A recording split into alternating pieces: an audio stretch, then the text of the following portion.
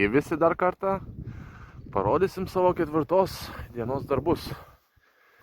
Susimontavom kolonas, stogo konstrukciją, užsidėjom gegnės. Čia vieno žmogaus darbas. Viską darau vienas pats, kad noriu parodyti, kaip viskas vyksta.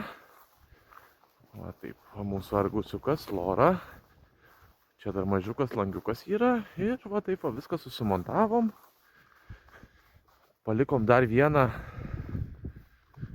gegnę nemontuotą, nes dar neturim nupinto vainiko. Va taip viskas ir atrodo šiandienos 4 dienos darbas. Čia bus dar terasa, dar jos trūksta. Čia vailį pilmas į antrą suolę.